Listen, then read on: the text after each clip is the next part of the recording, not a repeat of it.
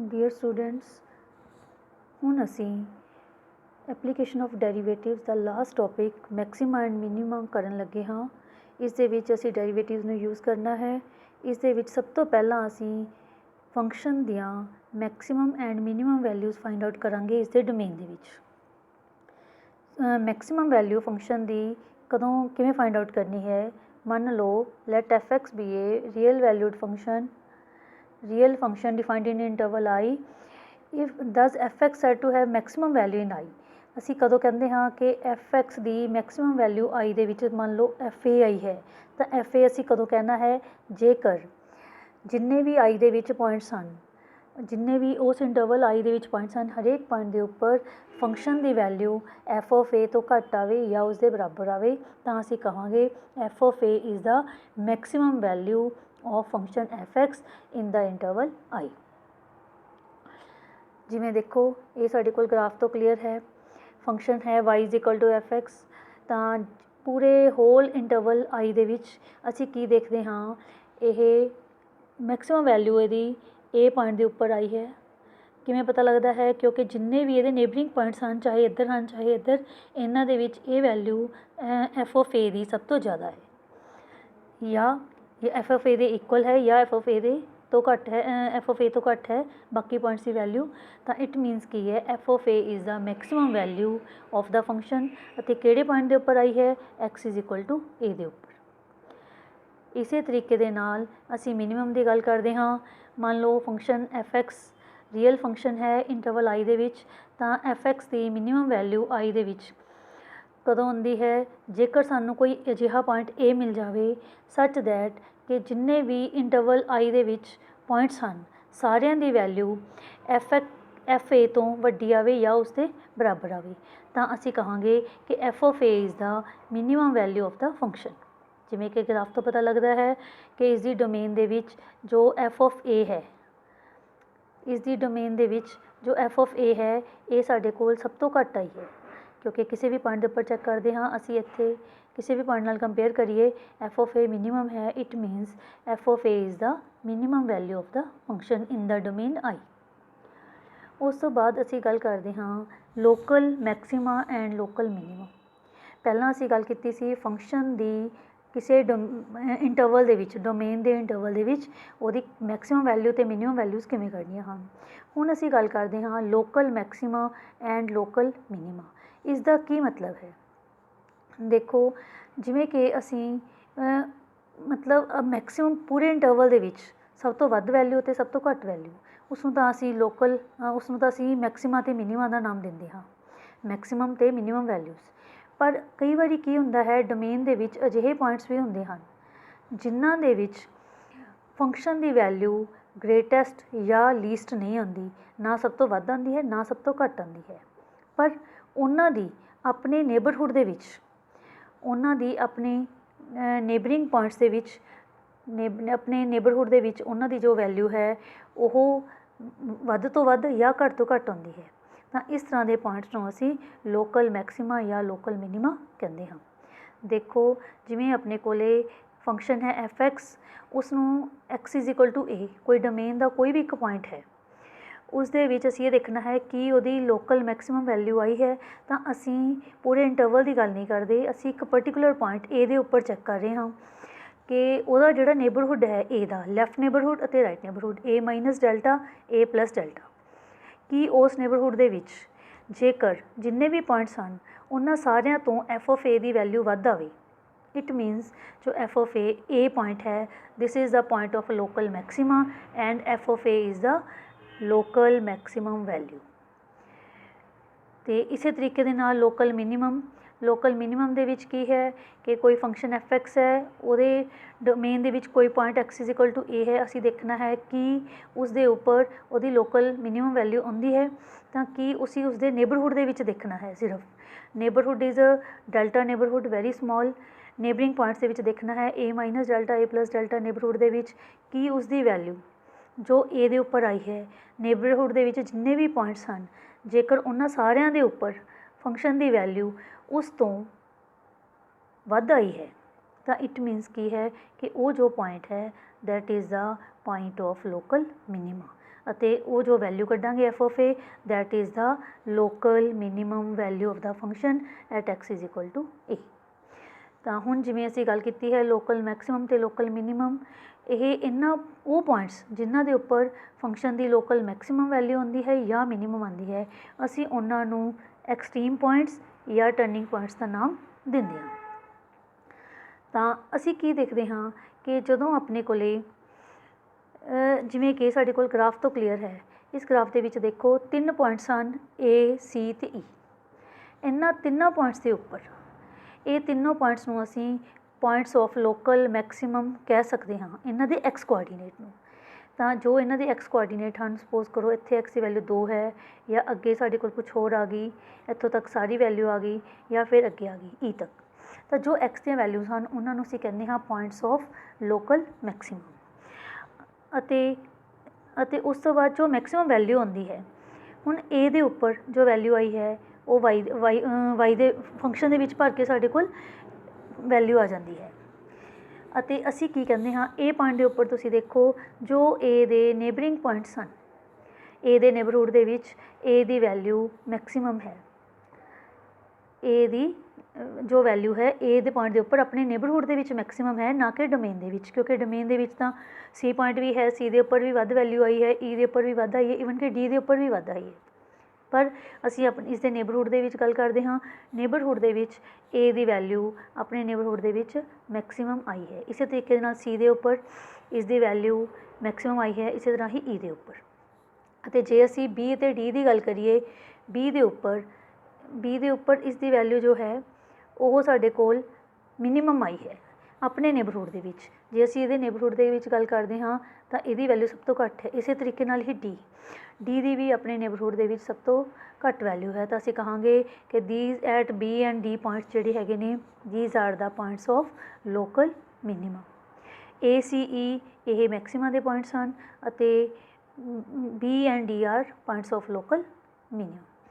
ਇਸ ਵਿੱਚ ਇੱਕ ਚੀਜ਼ ਦਾ ਧਿਆਨ ਰੱਖਣਾ ਹੈ ਕਿ ਇਹ ਜ਼ਰੂਰੀ ਨਹੀਂ ਕਿ ਜੋ ਮੈਕਸਿਮਮ ਵੈਲਿਊਜ਼ ਹਨ ਜਾਂ ਲੋਕਲ ਮੈਕਸਿਮਮ ਵੈਲਿਊ ਕਿ ਉਹ ਲੋਕਲ ਮਿਨੀਮਮ ਤੋਂ ਵੱਡੀ ਹੀ ਹੋਵੇ, ਇਹ ਜ਼ਰੂਰੀ ਨਹੀਂ ਹੈ।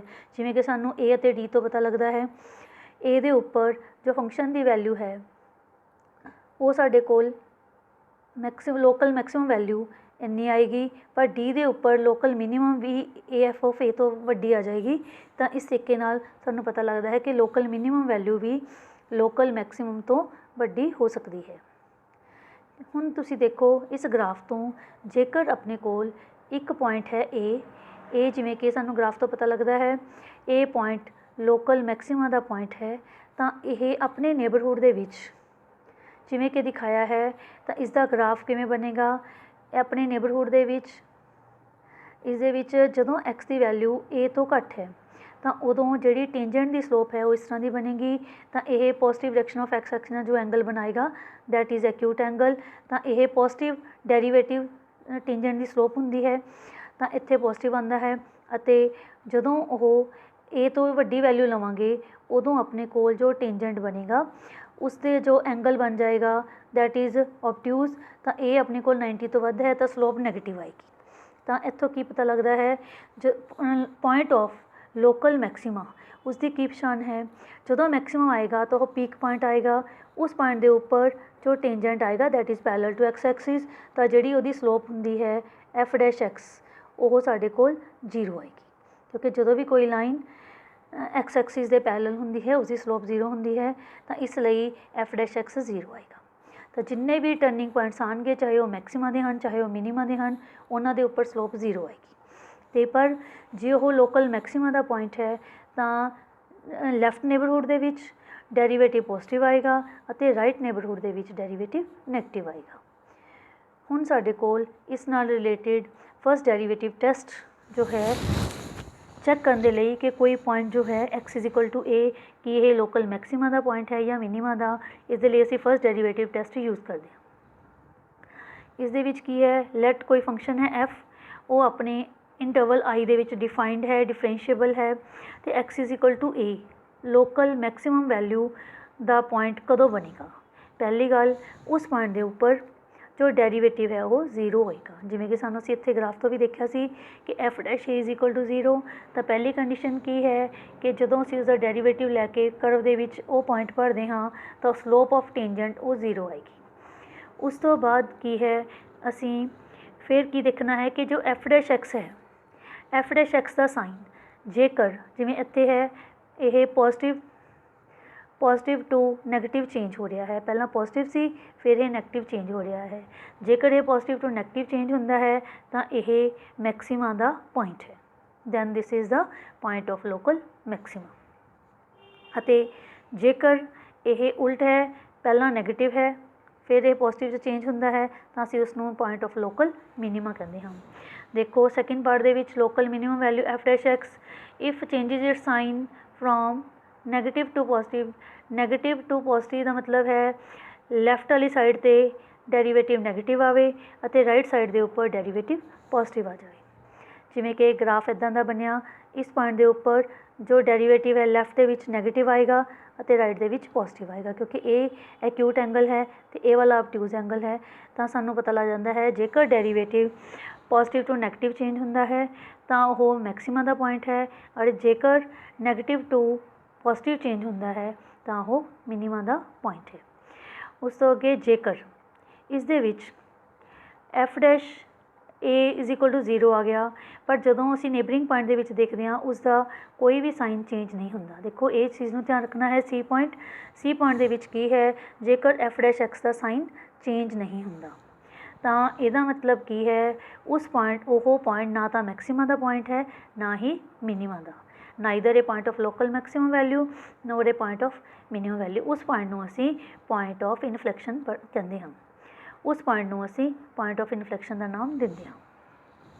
इस दे बारे असीं अगे पढ़ांगे कि पॉइंट ऑफ इनफ्लैक्शन की डिटेल, पर इत्थे की है असीं इन्ना ही ध्यान रखना है कि किसी पॉइंट नूं चैक करने दे लई कि वह लोकल मैक्सिमा का पॉइंट है या मिनीमा का पॉइंट है। हुण असीं एल्गोरिथम ते आंदे हाँ, जो क्वेश्चन करने हैं असीं की करना है, सब तो पहला फंक्शन लेना है step 1 y is equal to F X, फिर उसका डेरीवेटिव नूं 0 के इक्को रख के असीं वो सारे पॉइंट्स कढ लवांगे जिन्हां दे उपर जो टेंजेंट है that is parallel to x axis. वो सारे पॉइंट्स आ गए साढ़े कोल टर्निंग पॉइंट्स, चाहे वो मैक्सिमा दे होण चाहे वो मिनीमा दे, वो सारे स्टेशनरी पॉइंट्स आ गए।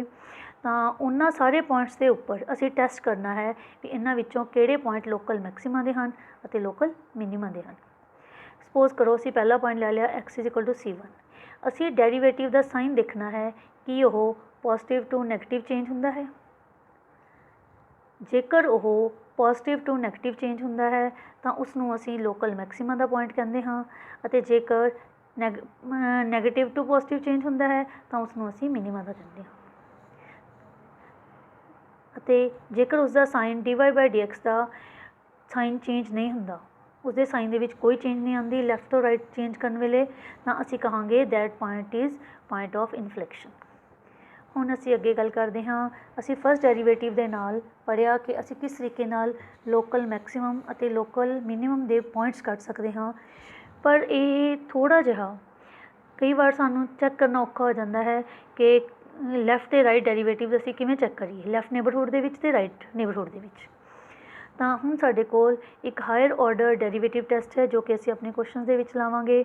इस दे विच बेटा इसका तुहानूं सीधा एल्गोरिथम सिंपल है। असीं की करना है, पहला फर्स्ट डेरीवेटिव लिया, उसनूं 0 दे इक्को रखिया जिवें कि असीं पहलां कीता सी फर्स्ट डेरीवेटिव टैसट दे विच। उत्थों असीं एफ डैश एक्स नूं 0 दे इक्को रख के सारे पॉइंट्स कढ लए, जिन्नियां भी साडे कोल वैल्यूज़ आ गईयां असीं सारियां ही चैक करनियां हन कि वो लोकल मैक्सिमम दी वैल्यूज़ हन या मिनीमम दियां। उस तो बाद थर्ड स्टैप दे विच की है असीं सैकेंड डेरीवेटिव करना है। पहला फर्स्ट डेरीवेटिव नूं 0 दे इक्को रखिया सी, हुण उसे फंक्शन का दोबारा डेरीवेटिव, तो असीं सारे पॉइंट्स ही चैक करने हुंदे हन। असीं पहला C1 चैक करते हैं, पहला पॉइंट जेकर तुसीं वो पॉइंट भरिया सैकेंड डेरीवेटिव दे विच ते वो तुहाडे कोल वैल्यू नैगेटिव आ गई, जेकर तुहाडे कोल सैकेंड डेरीवेटिव दे विच वैल्यू नैगेटिव आ गई तो वो मैक्सिमा का पॉइंट है। ध्यान दो, जे नैगेटिव है तो मैक्सिमा का, अते जे पॉजिटिव है सैकेंड डेरीवेटिव तो वो मिनीमा का पॉइंट है। ठीक है, जेकर सैकेंड डेरीवेटिव दे विच असीं पॉइंट भरिया वो वैल्यू नैगेटिव आ गई तो लोकल मैक्सिमा का पॉइंट है, अगर पॉजिटिव आ गई तो वो मिनीमा का पॉइंट है। पर जेकर ਐਫ ਸੈਕਿੰਡ ਡੈਰੀਵੇਟਿਵ 'ਚ ਵੈਲਿਊ ਭਰੀ C1 ਦੀ ਤਾਂ ਉਹ 0 ਆ ਗਈ, ਤਾਂ ਇੱਥੇ ਸਾਡਾ ਜੋ ਸੈਕਿੰਡ ਟੈਸਟ ਹੈ ਉਹ ਫੇਲ ਹੋ ਜਾਂਦਾ ਹੈ। ਤਾਂ ਅਸੀਂ ਇੱਥੇ ਕੀ ਕਰਨਾ ਹੈ, ਜਾਂ ਤਾਂ ਦੁਬਾਰਾ ਫਸਟ ਡੈਰੀਵੇਟਿਵ ਟੈਸਟ 'ਤੇ ਆ ਜਾਵਾਂਗੇ ਜਾਂ ਫਿਰ ਅਸੀਂ ਇੱਥੋਂ ਥਰਡ ਡੈਰੀਵੇਟਿਵ ਲੈਂਦੇ ਹਾਂ। ਉਸ ਤੋਂ ਬਾਅਦ ਅਸੀਂ ਥਰਡ ਡੈਰੀਵੇਟਿਵ ਨੂੰ ਫਾਈਂਡ ਆਊਟ ਕਰਨਾ ਹੈ ਅਤੇ ਥਰਡ ਡੈਰੀਵੇਟਿਵ ਦੇ ਵਿੱਚ C1 ਦੀ ਵੈਲਿਊ ਭਰਨੀ ਹੈ। ਉਸ ਤੋਂ ਬਾਅਦ ਕੀ ਦੇਖਦੇ ਹਾਂ, ਜਦੋਂ C1 ਦੀ ਵੈਲਿਊ ਭਰੀ, ਅਗਰ C1 ਭਰਨ ਤੋਂ ਬਾਅਦ ਇਹ ਡੈਰੀਵੇਟਿਵ ਨੋਨ 0 ਆ ਗਿਆ ਤਾਂ ਇਸ ਦਾ ਮਤਲਬ ਹੈ x = C1 is a point of inflection, ਤਾਂ ਇਹ ਇਨਫਲੈਕਸ਼ਨ ਦਾ ਪੁਆਇੰਟ ਆ ਜਾਂਦਾ ਹੈ। ਅਦਰਵਾਈਜ਼ ਸਪੋਜ਼ ਕਰੋ ਕਿ ਜਦੋਂ ਥਰਡ ਡੈਰੀਵੇਟਿਵ ਦੇ ਵਿੱਚ ਭਰਿਆ ਉਹ ਫਿਰ 0 ਆ ਗਿਆ, ਤਾਂ ਤੁਸੀਂ ਫੋਰਥ ਡੈਰੀਵੇਟਿਵ ਕਰਨਾ ਹੈ ਅਤੇ ਉਸ ਦੇ ਵਿੱਚ C1 ਦੀ ਵੈਲਿਊ ਭਰ ਕੇ ਦੇਖਣੀ ਹੈ। ਜੇਕਰ ਫੋਰਥ ਡੈਰੀਵੇਟਿਵ ਦੇ ਵਿੱਚ C1 ਦੀ ਵੈਲਿਊ ਨੈਗੇਟਿਵ ਆ ਗਈ ਤਾਂ ਉਹ ਮੈਕਸਿਮਾ ਦਾ ਪੁਆਇੰਟ ਹੈ, ਅਗਰ ਪੋਜ਼ੀਟਿਵ ਆ ਗਈ ਤਾਂ ਮਿਨੀਮਾ ਦਾ ਪੁਆਇੰਟ ਹੈ। ਸਾਨੂੰ ਇੱਥੋਂ ਤੱਕ ਹੀ ਜ਼ਰੂਰਤ ਪਏਗੀ, ਇਸ ਤੋਂ ਜ਼ਿਆਦਾ ਸਾਨੂੰ ਜ਼ਰੂਰਤ ਨਹੀਂ ਪੈਂਦੀ ਫੋਰਥ ਡੈਰੀਵੇਟਿਵ ਤੱਕ। ਅਸੀਂ ਸੈਕਿੰਡ ਡੈਰੀਵੇਟਿਵ ਟੈਸਟ ਲਗਾਵਾਂਗੇ। ਸੈਕਿੰਡ ਡੈਰੀਵੇਟਿਵ ਟੈਸਟ ਦੇ ਵਿੱਚ ਜੇਕਰ ਸੈਕਿੰਡ ਡੈਰੀਵੇਟਿਵ ਟੈਸਟ ਫੇਲ ਹੋ ਜਾਂਦਾ ਹੈ ਤਾਂ ਅਸੀਂ ਥਰਡ ਡੈਰੀਵੇਟਿਵ ਦੇਖਣਾ ਹੈ।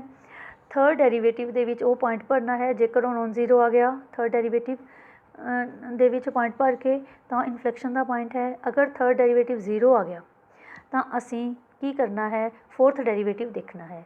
ਫੋਰਥ ਡੈਰੀਵੇਟਿਵ ਦੇ ਵਿੱਚ ਜੇ ਜਦੋਂ ਪੁਆਇੰਟ ਭਰਿਆ ਜੇ ਨੈਗੇਟਿਵ ਆਇਆ ਤਾਂ ਮੈਕਸਿਮਮ, ਪੋਜ਼ੀਟਿਵ ਆ ਗਿਆ ਤਾਂ ਮਿਨੀਮਮ। ਇਸ ਤਰੀਕੇ ਦੇ ਨਾਲ ਅਸੀਂ points of local maxima and minima ਕੱਢ ਸਕਦੇ ਹਾਂ।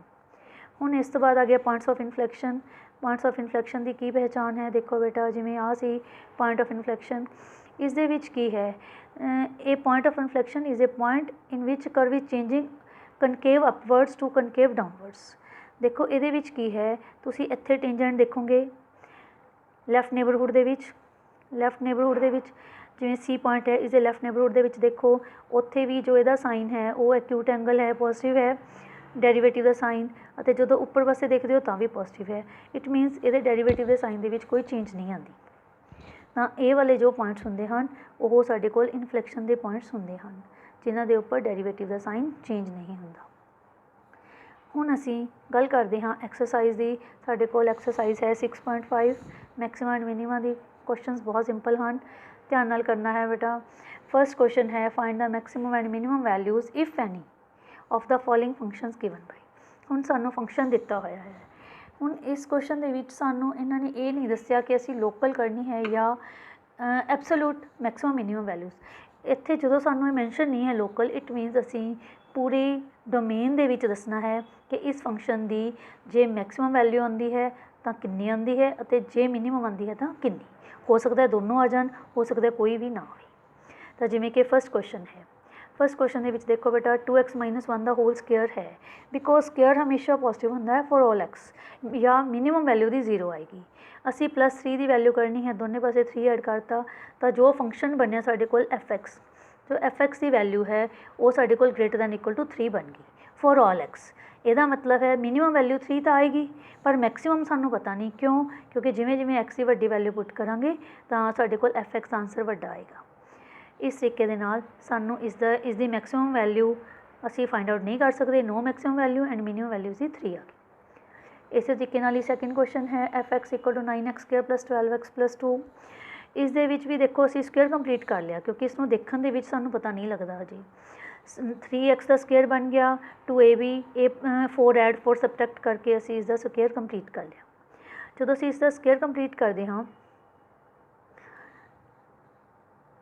ਤਾਂ ਉਸ ਦੇ ਵਿੱਚ ਕੀ ਹੈ,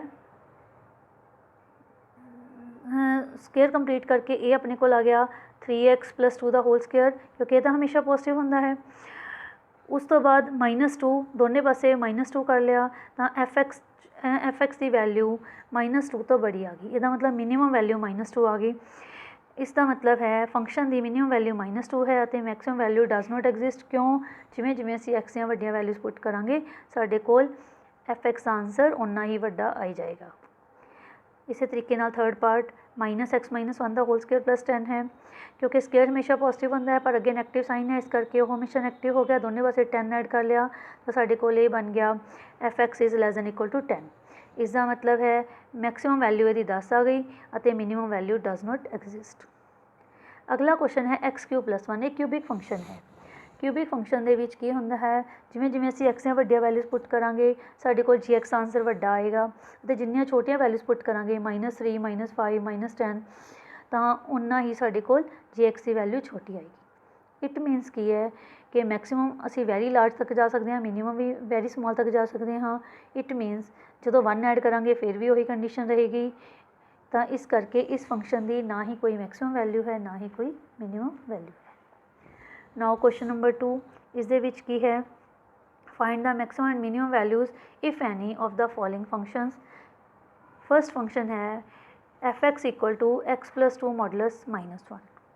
ਤਾਂ ਜੋ ਮੋਡੂਲਸ ਫੰਕਸ਼ਨ ਹੈ ਉਹ ਹਮੇਸ਼ਾ ਕਿਉਂਕਿ ਪੋਜ਼ੀਟਿਵ ਹੁੰਦਾ ਹੈ, ਉਹ greater than or equal to 0 ਹੈ, ਦੋਨੇ ਪਾਸੇ -1 ਐਡ ਕੀਤਾ ਤਾਂ fx is greater than equal to -1। ਇਹਦਾ ਮਤਲਬ minimum value -1 and maximum value does not exist.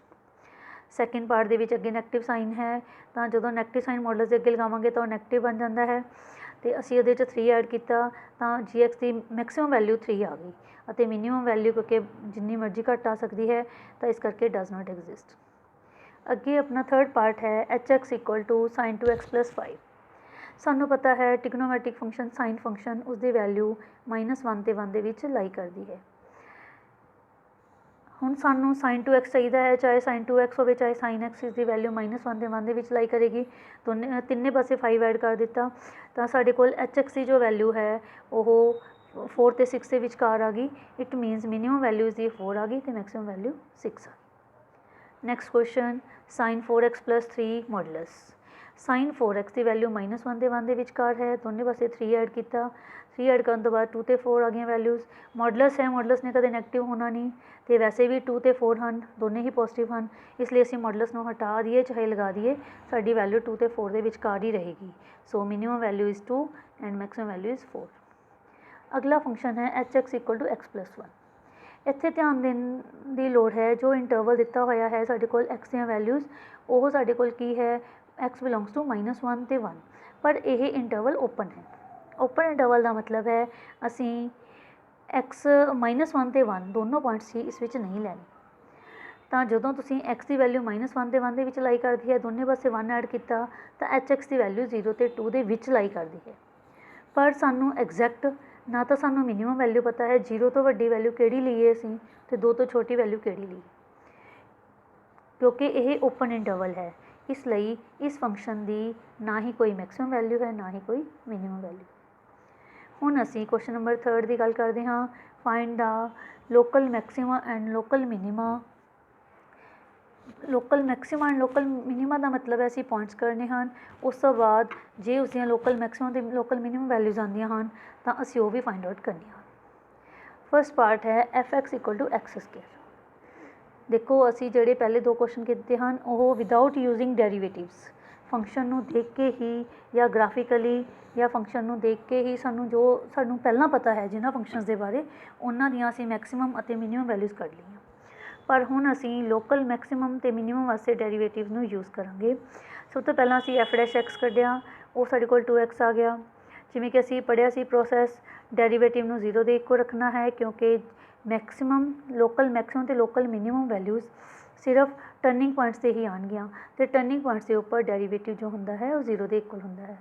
ਜਦੋਂ ਅਸੀਂ ਡੈਰੀਵੇਟਿਵ ਨੂੰ 0 ਦੇ ਇੱਕੋ ਰੱਖਿਆ, x ਦੀ ਵੈਲਿਊ 0 ਆ ਗਈ। ਹੁਣ ਅਸੀਂ ਮੋਸਟਲੀ ਹਰੇਕ ਕੁਐਸਚਨ ਦੇ ਵਿੱਚ ਸੈਕਿੰਡ ਡੈਰੀਵੇਟਿਵ ਟੈਸਟ ਹੀ ਲਗਾਵਾਂਗੇ, ਕਿਉਂਕਿ ਇਹ ਸਾਨੂੰ ਥੋੜ੍ਹਾ ਜਿਹਾ ਈਜ਼ੀ ਹੈ ਸਾਡੇ ਲਈ ਕੁਐਸਚਨਸ ਕਰਨ ਲਈ। ਤਾਂ ਅਸੀਂ ਕੀ ਕਰਨਾ ਹੁੰਦਾ ਹੈ, ਸੈਕਿੰਡ ਡੈਰੀਵੇਟਿਵ ਲਿਆ, f'(x), ਉਸਦੀ ਵੈਲਿਊ ਸਾਡੇ ਕੋਲ 2 ਆ ਗਈ, ਕਿਉਂਕਿ ਇਹ ਗ੍ਰੇਟਰ ਦੈਨ 0 ਹੈ। ਅਸੀਂ ਕਿਹੜੇ ਪੁਆਇੰਟ 'ਤੇ ਚੈੱਕ ਕਰਨੀ ਸੀ, 0 ਦੇ ਉੱਪਰ। ਜਦੋਂ x ਨੂੰ 0 ਭਰਾਂਗੇ ਤਾਂ ਵੀ ਇਸਦੀ ਵੈਲਿਊ 2 ਹੀ ਆਏਗੀ। ਜੇ ਇਹ ਪੋਜ਼ੀਟਿਵ ਆ ਜਾਂਦਾ ਹੈ ਸੈਕਿੰਡ ਡੈਰੀਵੇਟਿਵ, ਇਸ ਦਾ ਮਤਲਬ ਹੈ ਕਿ 0 is a point of local minima, ਅਤੇ ਲੋਕਲ ਮਿਨੀਮਮ ਵੈਲਿਊ ਅਸੀਂ ਕਿੱਥੋਂ ਕੱਢਣੀ ਹੈ, ਫੰਕਸ਼ਨ ਦੇ ਵਿੱਚ x ਦੀ ਵੈਲਿਊ 0 ਭਰ ਕੇ ਅਸੀਂ ਲੋਕਲ ਮਿਨੀਮਮ ਵੈਲਿਊ ਕੱਢ ਦੇਣੀ ਹੈ। ਇਸੇ ਤਰੀਕੇ ਨਾਲ ਹੀ ਸੈਕਿੰਡ ਕੁਐਸਚਨ, ਸੈਕਿੰਡ ਦੇ ਵਿੱਚ ਵੀ ਫਸਟ ਡੈਰੀਵੇਟਿਵ ਲਿਆ, ਕੀ ਆਇਆ, 3x² - 3, ਇਸ ਨੂੰ 0 ਦੇ ਇੱਕੋ ਰੱਖਿਆ, ਸਾਡੇ ਕੋਲ x ਦੀਆਂ 2 ਵੈਲਿਊਜ਼ ਆ ਗਈਆਂ, +1 ਤੇ -1। ਉਹਨਾਂ ਦੋਨਾਂ ਦੇ ਫਿਰ ਅਸੀਂ ਡਬਲ ਡੈਰੀਵੇਟਿਵ ਲਿਆ, ਡਬਲ ਡੈਰੀਵੇਟਿਵ ਦੇ ਵਿੱਚ ਡਬਲ ਡੈਰੀਵੇਟਿਵ 6x ਆ ਗਿਆ, ਉਰੇ ਸਾਡੇ ਕੋਲ ਜੀ ਡਬਲ ਡੈਸ਼ 1 ਹੈ ਅਤੇ ਜੀ ਡਬਲ ਡੈਸ਼ -1 ਹੈ, ਉਹ ਅਸੀਂ ਕੱਢ ਕੇ ਦੇਖਿਆ। 1 ਦੇ ਉੱਪਰ ਡਬਲ ਡੈਰੀਵੇਟਿਵ ਪੋਜ਼ੀਟਿਵ ਹੈ ਅਤੇ -1 ਦੇ ਉੱਪਰ ਡਬਲ ਡੈਰੀਵੇਟਿਵ ਨੈਗੇਟਿਵ ਹੈ। ਜਿਹੜਾ ਪੋਜ਼ੀਟਿਵ ਹੈ it means point of local minima ਹੈ, ਅਤੇ ਜੋ ਨੈਗੇਟਿਵ ਹੈ it means point of local maxima ਹੈ, ਅਤੇ ਜੋ ਮੈਕਸੀਮਮ ਮਿਨੀਮਮ ਵੈਲਿਊਜ਼ ਕਰਨੀਆਂ ਹਨ ਉਹ ਫੰਕਸ਼ਨ ਦੇ ਵਿੱਚ ਭਰ ਕੇ ਅਸੀਂ -1 ਅਤੇ 1 ਕੱਢ ਸਕਦੇ ਹਾਂ। ਥਰਡ ਪਾਰਟ ਹੈ sin x + cos x। Interval ਸਾਨੂੰ 0 to π/2 ਦਿੱਤਾ ਹੋਇਆ ਹੈ। ਫਸਟ ਡੈਰੀਵੇਟਿਵ ਲਿਆ h' cos x - sin x, ਉਸਨੂੰ 0 ਦੇ ਇਕੁਅਲ ਰੱਖਿਆ। ਉਸ ਤੋਂ ਸਾਡੇ ਕੋਲ tan x = 1 ਆ ਗਿਆ, x ਦੀ ਵੈਲਿਊ ਆ ਗਈ π/4, ਕਿਉਂਕਿ ਅਸੀਂ ਇਸ ਇੰਟਰਵਲ ਨੂੰ ਧਿਆਨ ਵਿੱਚ ਰੱਖਣਾ ਹੈ। ਇਸ ਇੰਟਰਵਲ ਦੇ ਵਿੱਚ ਉਹ ਕਿਹੜੇ ਪੁਆਇੰਟਸ ਹਨ ਜਿਹਦੇ ਉੱਪਰ tan x ਦੀ ਵੈਲਿਊ 1 ਆਉਂਦੀ ਹੈ, ਉਹ ਸਿਰਫ π/4 ਹੈ। ਫਿਰ ਅਸੀਂ ਡਬਲ ਡੈਰੀਵੇਟਿਵ ਲਿਆ, ਡਬਲ ਡੈਰੀਵੇਟਿਵ ਦੇ ਵਿੱਚ π/4 ਭਰ ਕੇ ਦੇਖਿਆ, ਉਸ ਦੀ ਵੈਲਿਊ ਨੈਗੇਟਿਵ ਆ ਗਈ। ਇਸ ਦਾ ਮਤਲਬ ਹੈ ਕਿ ਜੋ x = π/4 ਹੈ, this is the point of local maxima, ਅਤੇ ਲੋਕਲ ਮੈਕਸੀਮਮ ਵੈਲਿਊ ਵਾਸਤੇ ਅਸੀਂ ਫੰਕਸ਼ਨ ਦੇ ਵਿੱਚ hx ਫੰਕਸ਼ਨ ਦੇ ਵਿੱਚ x ਦੀ ਵੈਲਿਊ π/4 ਭਰਾਂਗੇ, ਸਾਡੇ ਕੋਲ ਆਂਸਰ √2 ਆ ਜਾਵੇਗਾ। ਫੋਰਥ ਪਾਰਟ ਹੈ sin x - cos x, ਅਤੇ ਇੰਟਰਵਲ ਹੈ 0 to 2π। ਫਸਟ ਡੈਰੀਵੇਟਿਵ ਲਿਆ cos x + sin x ਆ ਗਿਆ, second derivative -sin x + cos x, first derivative ਨੂੰ 0 ਦੇ ਇਕੁਅਲ ਰੱਖਿਆ। tan x ਦੀ ਵੈਲਿਊ -1, tan x ਦੀ ਵੈਲਿਊ -1 ਕਿਹੜੇ ਪੁਆਇੰਟਸ ਦੇ ਉੱਤੇ ਆਏਗੀ, ਕਿਉਂਕਿ ਇੰਟਰਵਲ ਜੋ ਹੈ ਇਸ ਦੇ ਵਿੱਚ 0 to 2π ਹੈ, ਤਾਂ ਇਹ ਇੱਕ tan ਨੈਗੇਟਿਵ ਹੁੰਦਾ ਹੈ ਸੈਕਿੰਡ ਕੁਆਡਰੈਂਟ ਅਤੇ ਫੋਰਥ ਕੁਆਡਰੈਂਟ ਦੇ ਵਿੱਚ। ਸੈਕਿੰਡ ਦਾ ਮਤਲਬ ਹੈ π - π/4 ਦੇ ਉੱਪਰ 1 ਵੈਲਿਊ ਆਉਂਦੀ ਹੈ π/4 ਦੇ ਉੱਪਰ, ਅਤੇ ਇੱਕ 2π - π/4, 3π/4 ਐਂਡ 7π/4। ਹੁਣ ਅਸੀਂ ਇਹ ਦੋਨੋਂ ਹੀ ਵੈਲਿਊਜ਼ f'(x) ਦੇ ਵਿੱਚ ਭਰ ਕੇ ਦੇਖਣੇ ਹਨ। f'(x) ਦੇ ਵਿੱਚ ਭਰ ਕੇ ਦੇਖੀ 3π/4 ਤਾਂ ਇਹ ਨੈਗੇਟਿਵ ਆ ਗਿਆ, ਅਤੇ 7π/4 ਭਰ ਕੇ ਦੇਖਿਆ ਤਾਂ ਇਹ ਪੋਜ਼ੀਟਿਵ ਆ ਗਿਆ। ਇਸ ਤੋਂ ਸਾਨੂੰ ਪਤਾ ਲੱਗ ਜਾਂਦਾ ਹੈ ਕਿ ਜੋ 3π/4 ਹੈ ਉਹ ਮੈਕਸੀਮਾ ਦਾ ਪੁਆਇੰਟ ਹੈ, ਲੋਕਲ ਮੈਕਸੀਮਾ ਦਾ, ਅਤੇ ਲੋਕਲ ਮੈਕਸੀਮਮ ਵੈਲਿਊ ਫੰਕਸ਼ਨ 'ਚ ਭਰ ਕੇ ਕੱਢ ਸਕਦੇ ਹਾਂ, ਅਤੇ 7π/4 ਲੋਕਲ ਮਿਨੀਮਾ ਦਾ ਪੁਆਇੰਟ ਹੈ, ਅਤੇ ਲੋਕਲ ਮਿਨੀਮਮ ਵੈਲਿਊ ਵੀ ਅਸੀਂ ਫੰਕਸ਼ਨ ਵਿੱਚ ਭਰ ਕੇ ਹੀ ਕੱਢੀ ਹੈ। ਫਿਫਥ ਪਾਰਟ ਹੈ ਕਿਊਬਿਕ ਫੰਕਸ਼ਨ। ਫਸਟ ਡੈਰੀਵੇਟਿਵ ਲਿਆ, ਉਸਨੂੰ 0 ਦੇ ਇਕੁਅਲ ਰੱਖਿਆ, ਫੈਕਟਰਸ ਬਣਾਏ, x ਦੀਆਂ ਦੋ ਵੈਲਿਊਜ਼ ਆ ਗਈਆਂ 3 ਅਤੇ 1, ਡਬਲ ਡੈਰੀਵੇਟਿਵ 6x - 12, ਉਸਦੇ ਵਿੱਚ ਪਹਿਲਾਂ 3 ਭਰਿਆ, ਡੈਰੀਵੇਟਿਵ ਪੋਜ਼ੀਟਿਵ ਆ ਗਿਆ। ਫਿਰ 1 ਭਰ ਕੇ ਦੇਖਿਆ, ਉਹ ਨੈਗੇਟਿਵ ਆ ਗਿਆ। ਇੱਥੋਂ ਸਾਨੂੰ ਪਤਾ ਲੱਗਿਆ ਕਿ ਜੋ 3 ਪੁਆਇੰਟ ਹੈ ਉਹ ਸਾਡੇ ਕੋਲ ਲੋਕਲ ਮਿਨੀਮਾ ਦਾ ਪੁਆਇੰਟ ਹੈ, ਅਤੇ 1 ਜੋ ਪੁਆਇੰਟ ਹੈ ਉਹ ਲੋਕਲ ਮੈਕਸੀਮਾ ਦਾ ਹੈ, ਅਤੇ ਲੋਕਲ ਮਿਨੀਮਮ ਵੈਲਿਊ ਅਤੇ ਮੈਕਸੀਮਮ ਵੈਲਿਊ ਅਸੀਂ ਫੰਕਸ਼ਨ ਵਿੱਚ ਭਰ ਕੇ ਕੱਢ ਸਕਦੇ ਹਾਂ। ਇਸੇ ਤਰੀਕੇ ਨਾਲ ਹੀ ਸਿਕਸਥ ਪਾਰਟ ਹੈ, ਪਹਿਲਾਂ ਡੈਰੀਵੇਟਿਵ ਲਿਆ, ਉਸਨੂੰ 0 ਦੇ ਇਕੁਅਲ ਰੱਖਿਆ, x ਦੀਆਂ ਦੋ ਵੈਲਿਊਜ਼ ਆ ਗਈਆਂ, ਪਰ ਸਾਨੂੰ ਇੱਥੇ ਕੰਡੀਸ਼ਨ ਗਿਵਨ ਸੀ ਬੇਟਾ x = 0, ਤਾਂ ਸਾਨੂੰ ਇਹਦੇ ਵਿੱਚੋਂ x = -2 ਵਾਲੀ ਅਸੀਂ ਰਿਜੈਕਟ ਕਰ ਦਿੰਦੇ ਹਾਂ, ਅਤੇ x ਦੀ ਵੈਲਿਊ ਇਕੱਲੀ ਇਹ 2 ਆ ਗਈ। ਤਾਂ ਡਬਲ ਡੈਰੀਵੇਟਿਵ ਦੇ ਵਿੱਚ ਜਦੋਂ ਅਸੀਂ x ਦੀ ਵੈਲਿਊ 2 ਭਰਦੇ ਹਾਂ ਤਾਂ ਅਸੀਂ ਦੇਖਿਆ ਕਿ ਵੈਲਿਊ ਸਾਡੇ ਕੋਲ 1/2 ਆ ਗਈ, that is positive. It means x = 2 is the point of local minima. Seventh part, ਉਸਦੇ ਵਿੱਚ 1/x² + 2 ਹੈ, ਇਸਦਾ ਡੈਰੀਵੇਟਿਵ ਲਿਆ, ਕੋਸ਼ੀਐਂਟ ਰੂਲ ਲਗਾ ਲਓ, ਡਿਨੋਮੀਨੇਟਰ ਮਾਈਨਸ ਜਾਂ ਇਸਨੂੰ -1 ਪਾਵਰ ਲੈ ਗਏ ਉੱਪਰ, ਇਸਨੂੰ ਅੱਗੇ ਲੈ ਕੇ ਆਏ, ਪਾਵਰ -2 ਹੋ ਗਈ, ਇੰਟੂ ਇਹਦਾ ਅੱਗੇ ਡੈਰੀਵੇਟਿਵ 2x। ਚਲੋ ਡੈਰੀਵੇਟਿਵ ਨੂੰ 0 ਦੇ ਇਕੁਅਲ ਰੱਖਿਆ, x ਦੀ ਵੈਲਿਊ 0 ਆ ਗਈ। ਡਬਲ ਡੈਰੀਵੇਟਿਵ ਦੇਖਿਆ, ਉਸਦੇ ਵਿੱਚ x ਨੂੰ 0 ਭਰਿਆ, ਇਹਦਾ ਆਂਸਰ -1/2, ਤਾਂ ਉਹ ਨੈਗੇਟਿਵ ਆ ਗਿਆ। It means x = 0 is the point of local maxima, ਅਤੇ ਲੋਕਲ ਮੈਕਸੀਮਮ ਵੈਲਿਊ ਅਸੀਂ ਕੱਢ ਸਕਦੇ ਹਾਂ। ਇਸੇ ਤਰੀਕੇ ਦੇ ਨਾਲ ਹੀ 8th ਪਾਰਟ ਹੈ, ਪ੍ਰੋਡਕਟ ਫਾਰਮੂਲਾ ਲਗਾ ਕੇ ਡੈਰੀਵੇਟਿਵ ਲਿਆ, ਐਲਸੀਐਮ ਲੈ ਲਿਆ, ਐਲਸੀਐਮ ਲੈਣ ਤੋਂ ਬਾਅਦ ਡੈਰੀਵੇਟਿਵ ਨੂੰ 0 ਦੇ ਇਕੁਅਲ ਰੱਖਿਆ, x ਦੀ ਵੈਲਿਊ 2/3 ਆ ਗਈ।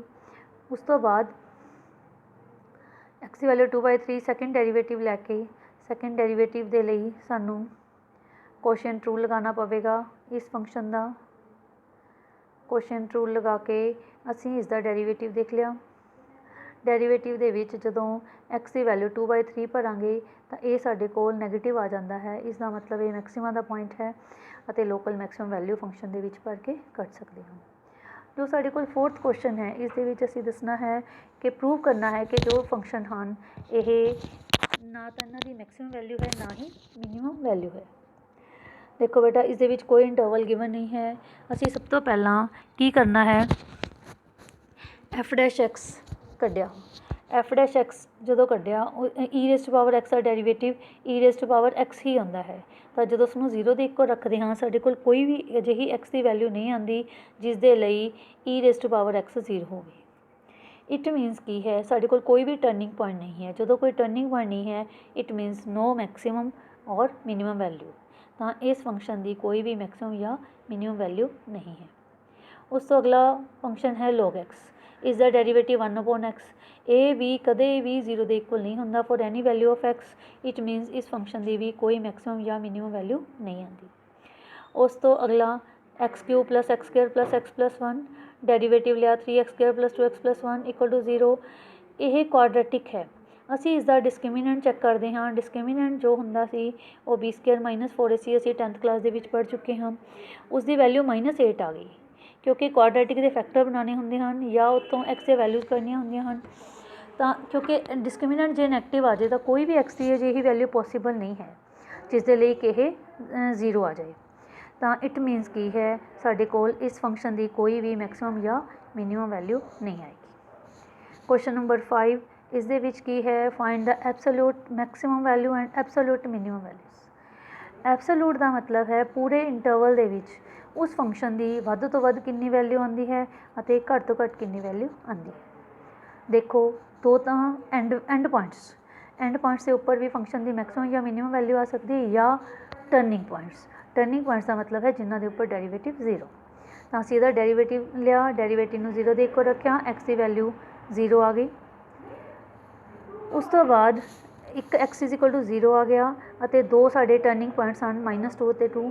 ਅਸੀਂ ਤਿੰਨੋਂ ਪੁਆਇੰਟਸ ਨੂੰ ਫੰਕਸ਼ਨ ਦੇ ਵਿੱਚ ਭਰ ਕੇ ਦੇਖਣਾ ਹੈ ਬੇਟਾ। ਇਸ ਦੇ ਲਈ ਸਾਨੂੰ ਸੈਕਿੰਡ ਡੈਰੀਵੇਟਿਵ ਟੈਸਟ ਦੀ ਲੋੜ ਨਹੀਂ। ਐਬਸੋਲੂਟ ਮੈਕਸਿਮਾ ਮਿਨੀਮਾ ਦੇ ਕੁਐਸਚਨ ਦੇ ਵਿੱਚ ਅਸੀਂ ਕੇਵਲ ਫਸਟ ਡੈਰੀਵੇਟਿਵ ਹੀ ਲਗਾਉਣਾ ਹੈ। ਫਸਟ ਡੈਰੀਵੇਟਿਵ ਦੇ ਨਾਲ ਅਸੀਂ ਪੁਆਇੰਟਸ ਕਰਨੇ ਹਨ ਅਤੇ ਉਹਨਾਂ ਨੂੰ ਫੰਕਸ਼ਨ ਦੇ ਵਿੱਚ ਭਰ ਕੇ ਚੈੱਕ ਕਰ ਲੈਣਾ ਹੈ ਕਿ ਵੱਧ ਤੋਂ ਵੱਧ ਵੈਲਿਊ 8 ਆਈ ਹੈ ਕਿਹੜੇ ਪੁਆਇੰਟ ਦੇ ਉੱਪਰ 2 ਦੇ ਉੱਪਰ ਅਤੇ ਮਿਨੀਮਮ ਵੈਲਿਊ -8 ਆਈ ਹੈ ਐਟ -2। ਇਸੇ ਤਰੀਕੇ ਨਾਲ sin x + cos x interval ਹੈ 0 to π ਕਲੋਜ਼ ਇੰਟਰਵਲ। ਡੈਰੀਵੇਟਿਵ ਲਿਆ ਉਹਨੂੰ 0 ਦੇ ਇੱਕੋ ਰੱਖਿਆ, x ਦੀ ਵੈਲਿਊ π/4 ਆ ਗਈ। ਤਾਂ ਸਾਡੇ ਕੋਲ 3 ਪੁਆਇੰਟਸ ਹਨ ਜਿਨ੍ਹਾਂ ਦੇ ਉੱਪਰ ਅਸੀਂ ਫੰਕਸ਼ਨ ਦੀ ਵੈਲਿਊ ਫਾਈਂਡ ਆਊਟ ਕਰਨੀ ਹੈ ਅਤੇ ਉਹਨਾਂ ਵਿੱਚੋਂ ਮੈਕਸਿਮਮ ਅਤੇ ਮਿਨੀਮਮ ਵੈਲਿਊਜ਼ ਫਾਈਂਡ ਆਊਟ ਕਰਨੀਆਂ ਹਨ। ਪਹਿਲਾਂ 0 ਭਰਿਆ, 0 ਭਰ ਕੇ ਸਾਡੇ ਕੋਲ 1 ਆਇਆ, π/4 ਫੰਕਸ਼ਨ 'ਚ ਭਰਿਆ, √2 π ਭਰ ਕੇ -1।